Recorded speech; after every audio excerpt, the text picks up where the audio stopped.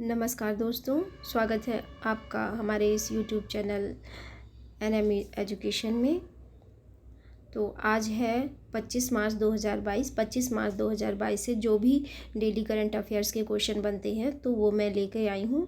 तो आप लोगों के सभी एग्ज़ाम के लिए डेली करंट अफेयर के ये क्वेश्चन बहुत ही इंपॉर्टेंट होने वाले हैं, तो वीडियो में अंत तक ज़रूर बने रहिएगा। तो चलिए शुरू करते हैं, बहुत ही आप लोगों को हेल्पफुल होगा। तो स्टार्ट करते हैं पहले क्वेश्चन से। एक्सडस्टलिक भारत के सशस्त्र बलों और किस देश के बीच आयोजित एक संयुक्त रक्षा अभ्यास है? तो ये उज्बेकिस्तान और भारत के सशस्त्र बलों के बीच आयोजित किया गया है ये संयुक्त रक्षा अभ्यास। तो इसके इम्पोर्टेंट पॉइंट देख लेते हैं। तो भारत और उज्बेकिस्तान की सेनाओं के बीच एक्सडस्टलिक नामक संयुक्त प्रशिक्षण अभ्यास का तीसरा संस्करण उज्बेकिस्तान के याग्यारिक में शुरू हुआ। दूसरा पॉइंट है, भारत का प्रतिनिधित्व ग्रेनेडियर्स रेजिमेंट द्वारा किया जा रहा है, जबकि उज्बेक सेना की टुकड़ी का प्रतिनिधित्व उत्तर पश्चिमी सैन्य जिले के सैनिकों द्वारा किया जा रहा है। डस्ट लीग का पिछला संस्करण उत्तराखंड के रानीखेत में आयोजित किया गया था। यह संयुक्त अभ्यास अर्ध शहरी इलाके में आतंकवाद विरोधी अभियानों पर केंद्रित होगा। अगला क्वेश्चन देख लेते हैं।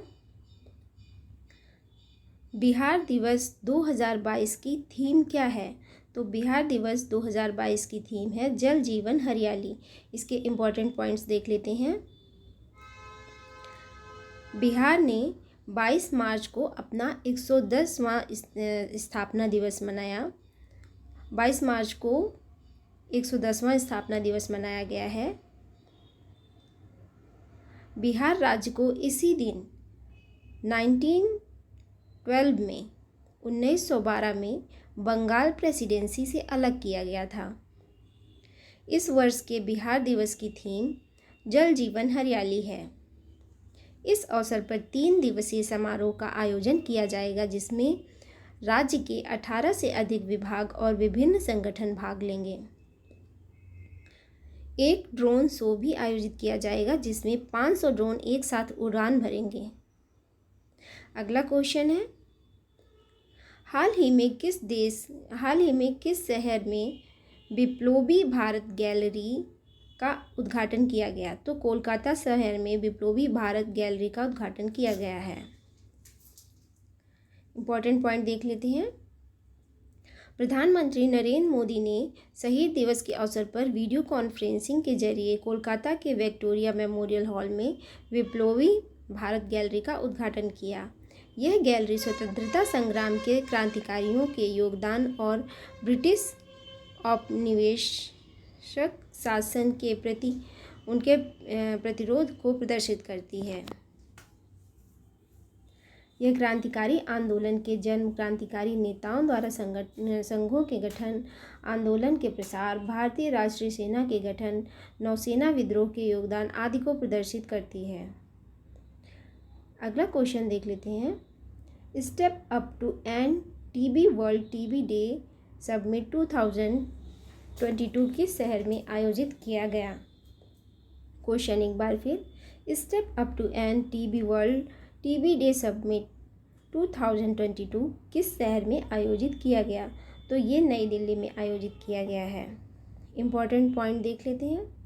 केंद्रीय स्वास्थ्य मंत्री डॉक्टर मनसुख मंडाविया ने नई दिल्ली में विश्व क्षय रोग दिवस वर्ल्ड ट्यूबरकुलोसिस डे के अवसर पर step up to end TB world TB day summit 2022 का उद्घाटन किया।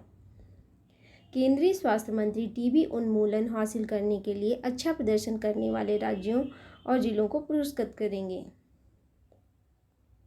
2018 में प्रधानमंत्री नरेंद्र मोदी ने दिल्ली एंड टीबी समिट की अध्यक्षता की और 2030 के टीबी से संबंधित SDG लक्ष्यों से 5 साल पहले 2025 तक भारत में टीबी को समाप्त करने का प्रस्ताव रखा था। अगला क्वेश्चन है, किस देश ने BRICS vaccine R&D centre launch किया? तो वो भारत ने लॉन्च किया है। इम्पॉर्टेंट पॉइंट देख लेते हैं। केंद्रीय स्वास्थ्य और परिवार कल्याण मंत्री डॉक्टर मनसुख मंडाविया ने ब्रिक्स वैक्सीन R&D सेंटर का शुभारंभ किया। ब्रिक्स वैक्सीन अनुसंधान एवं विकास केंद्र को 2018 के जोहान्सबर्ग में घोषणा के हिस्से के इस रूप में स्थापित करने का प्रस्ताव था। नई दिल्ली में 11वां ब्रिक्स शिखर सम्मेलन की घोषणा में नेताओं के वर्चुअल फॉर्मेट में ब्रिक्स वैक्सीन R&D केंद्र लॉन्च करने की प्रतिबद्धता जताई थी। अगला क्वेश्चन है, सरकार ने 2025 तक कितने नए हवाई अड्डे बनाने का लक्ष्य रखा? तो 220 नए हवाई अड्डे बनाने का लक्ष्य रखा गया है 2025 तक। इम्पोर्टेंट पॉइंट देख लेते हैं। केंद्रीय नागरिक उड्डयन मंत्री ज्योतिरादित्य सिंधिया, तो इसमें आप एक चीज़ ध्यान दीजिएगा कि ज्योतिरादित्य सिंधिया केंद्रीय नागरिक उड्डयन मंत्री भी हैं।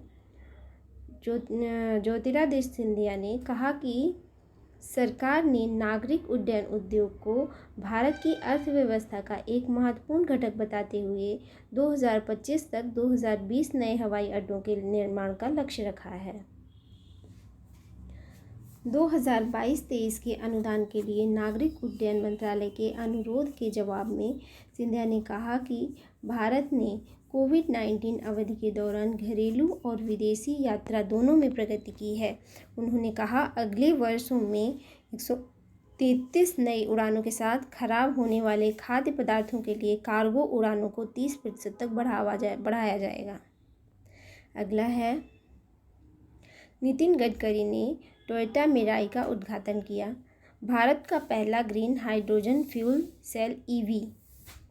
केंद्रीय सड़क परिवहन और राजमार्ग मंत्री नितिन गडकरी ने नई दिल्ली में दुनिया के सबसे उन्नत प्रौद्योगिकी विकसित green hydrogen fuel cell electric वाहन टोयोटा मिराई का उद्घाटन किया। टोयोटा मिराई भारत का पहला ईंधन सेल इलेक्ट्रिक वाहन है जो पूरी तरह से हाइड्रोजन द्वारा संचालित है। टोयोटा मिराई के बारे में कुछ इंपॉर्टेंट पॉइंट देख लीजिए। टोयोटा मिराई को Toyota Kirloskar motor private limited और international centre for automotive technology द्वारा एक पायलट प्रोजेक्ट के तहत भारतीय सड़कों और जलवायु परिस्थितियों में टोयोटा मिराई के प्रदर्शन का अध्ययन और मूल्यांकन करने के लिए लॉन्च किया गया है। यह भारत में अपनी तरह की पहली परियोजना है जो देश में हरित हाइड्रोजन आधारित पारिस्थितिक तंत्र का निर्माण करेगी और भारत को 2024 तक ऊर्जा आत्मनिर्भर बनने में मदद करेगी। अगला क्वेश्चन है, नागरिक उड्डयन मंत्रालय और फिक्की ने किया हैदराबाद में विंग्स इंडिया 2022 का आयोजन। इम्पोर्टेंट पॉइंट देख लीजिए। नागरिक उड्डयन मंत्रालय, मिनिस्ट्री ऑफ सिविल एविएशन, मोका और FICCI संयुक्त रूप से विंग्स इंडिया 2022 शीर्षक से नागरिक उड्डयन, वाणिज्यिक, सामान्य और व्यावसायिक उड्डयन पर एशिया का सबसे बड़ा कार्यक्रम आयोजित कर रहे हैं। इस कार्यक्रम के दौरान विंग्स इंडिया अवार्ड्स भी प्रदान किए जाएंगे। यह आयोजन नए व्यापार अधिग्रहण, निवेश नीति निर्माण और क्षेत्रीय संपर्क पर केंद्रित है। यह 24 से 27 मार्च 2022 तक बेगम पेंट हवाई अड्डे हैदराबाद में आयोजित किया जा रहा है। इस इवेंट की theme India @75 new horizon for aviation industry है। फिक्की की स्थापना 1927 में की गई। फिक्की का मुख्यालय नई दिल्ली में है। फिक्की अध्यक्ष संजीव मेहता हैं। फिक्की महासचिव दिलीप चेनाय हैं। फिक्की के महानिदेशक अरुण चावला हैं। तो बस आज के लिए इतना ही। मिलते हैं अगले वीडियो में। Thanks for watching.